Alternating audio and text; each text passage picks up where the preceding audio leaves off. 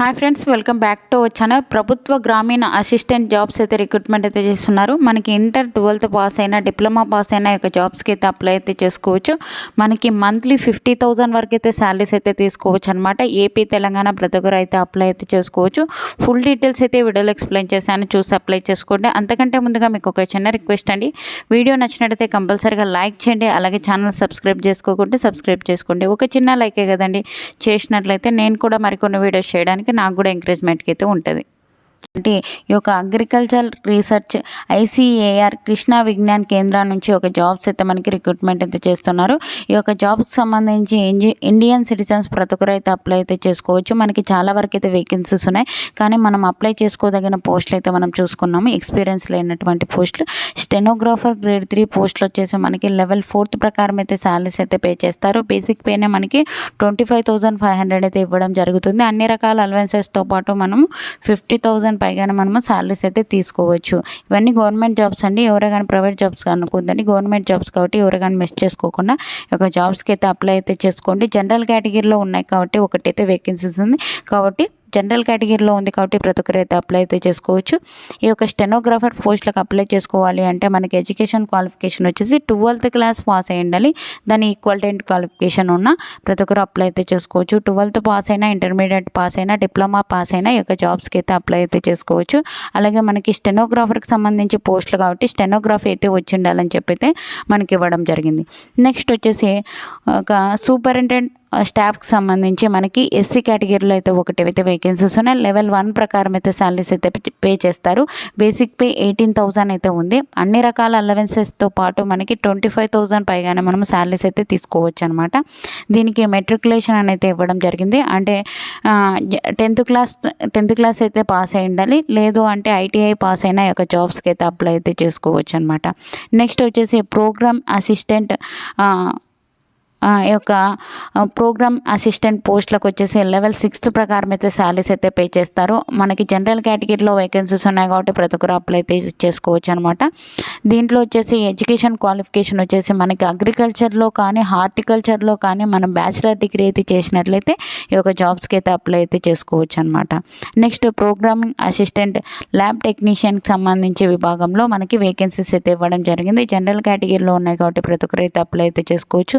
ఎవరైతే అనిమల్ సైన్స్లో లేదా దాని ఈక్వలెంట్ క్వాలిఫికేషన్లో బ్యాచిలర్ డిగ్రీ చేసినట్లయితే వాళ్ళైతే ఈ యొక్క జాబ్స్కి అయితే అప్లై అయితే చేసుకోవచ్చు అనమాట.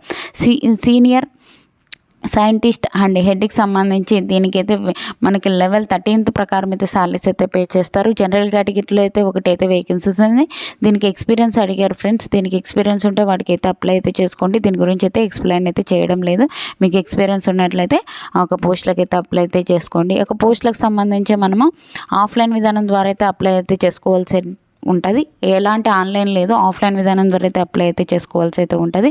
మనకి పోస్ట్ ఆఫీస్కి వెళ్ళి ఎన్వలప్ కవర్ తీసేసుకొని అప్లికేషన్ ఫర్ ది పోస్ట్ అని చెప్పేసి ఒక పోస్ట్ నేమ్ రాసేసి మనకి ఫ్రమ్ అడ్రస్ టు అడ్రస్ రాసేసి మనం ఇక్కడ అడ్రస్ ఇచ్చారు చూడండి, మనకి ది డైరెక్టర్ రీసెర్చ్ అని చెప్పేసి పిన్ కోడ్తో సహా ఇచ్చారు.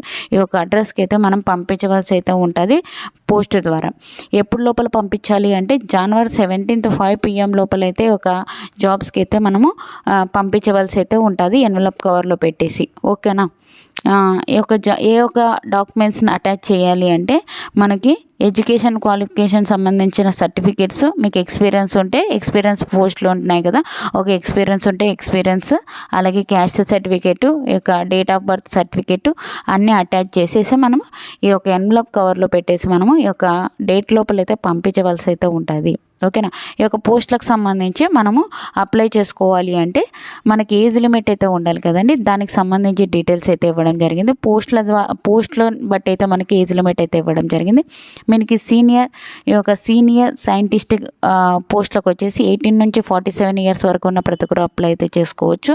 అలాగే ల్యాబ్ టెక్నీషియన్ ఒక ఫ్రమ్ మేనేజర్కి సంబంధించి 18 నుంచి 30 years వరకు ఉన్న ప్రతి ఒక్కరు అప్లై అయితే చేసుకోవచ్చు. స్టెనోగ్రాఫర్ పోస్టులకు వచ్చేసి 18 నుంచి 27. అలాగే ఈ యొక్క సపోర్టింగ్ స్టాఫ్కి సంబంధించి 18 నుంచి 25 ఇయర్స్ వరకు ఉన్న ప్రతి ఒక్కరు అప్లై అయితే చేసుకోవచ్చు. మీరు ఈ ఒక ఎస్సీ ఎస్టీ ఓబీసీ ఫిజికల్ హ్యాండిక్యాప్డ్కి అయితే ఏజ్ రిలాక్సేషన్స్ అప్లికబుల్ అయితే ఉంటాయి. ఎస్సీ ఎస్టీ వాళ్ళకి 5 ఇయర్స్, ఓబీసీ వాళ్ళకి 3 ఇయర్స్, ఫిజికల్ హ్యాండిక్యాప్డ్ 10 ఇయర్స్ వరకు అయితే ఏజ్ రిలాక్సేషన్స్ అయితే అప్లికబుల్ ఉంటాయి. అప్లికేషన్ ఫీజు చూసుకున్నట్లయితే మనము మన దగ్గరలో ఉన్న ఏదైనా నేషనలైజ్డ్ బ్యాంక్కి వెళ్ళి ఒక పేమెంట్ అయితే చేయవలసి అయితే ఉంటుంది. మనకు అప్లికేషన్ ఫీజు చూసుకున్నట్లయితే ఇక్కడ ఇచ్చారు చూడండి, ఎస్సీ ఎస్టీ ఫిజికల్ హ్యాండిక్యాప్డ్ అయితే 250 పే చేయాలి. మిగతా క్యాండిడేట్స్ అయితే 500 రూపీస్ పే చేసి డిమాండ్ డ్రాఫ్ట్ రూపంలో మనం పే చేయవలసి అయితే ఉంటుంది. మనకి ఇక్కడ అడ్రస్ ఇచ్చారు చూడండి, మనకి ఇక్కడ ఇన్ ఫేవర్ ఆఫ్ అని చెప్పేసి ఇక్కడ మనకి అడ్రస్ ఇచ్చారు, కేవీకే అని చెప్పేసి. ఈ యొక్క అడ్రస్కి అయితే మనము అమౌంట్ అయితే పే చేయవలసి ఉంటుంది. ఈ యొక్క అమౌంట్ పే చేస్తాం కదా బ్యాంక్లో, ఒక స్లిప్ కూడా మనము ఎన్వలప్ కవర్లో పెట్టి అయితే పంపించేసే అవకాశం అయితే ఉంటుంది. కాబట్టి అందులో పెట్టి పంపించండి. అలాగే మనకి ఒక జాబ్స్కి ఒకే ఒక అప్లికేషన్ అయితే పెట్టుకోవాల్సి అయితే ఉంటుంది. ఓకేనా, మల్టిపుల్ అప్లికేషన్స్ అయితే పెట్టుకునే అవకాశం అయితే లేదు. ఇండియన్ సిటిజన్స్ అయితే చాలు, ఏపీ తెలంగాణ ప్రతి ఒక్కరు అయితే ఒక జాబ్స్కి అయితే అప్లై అయితే చేసుకోవచ్చు అనమాట.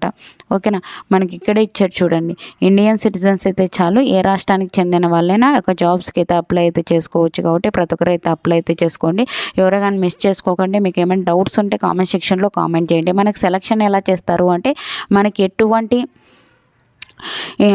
ఎగ్జామ్ అయితే ఉండదు. ఓన్లీ ఒకే ఒక ఇంటర్వ్యూ ద్వారా మనకి జాబ్స్ అయితే మనకి ఇంటర్వ్యూ కండక్ట్ చేసేసి మనకి ఒక గవర్నమెంట్ జాబ్స్ అయితే ఇస్తున్నారు. కాబట్టి ఎవరైనా మిస్ చేసుకోండి. మీ ఫ్రెండ్స్, మీ రిలేటివ్స్ ఉంటే వాళ్ళకు కూడా షేర్ చేయండి, వాళ్ళకు కూడా ఉపయోగపడుతుంది.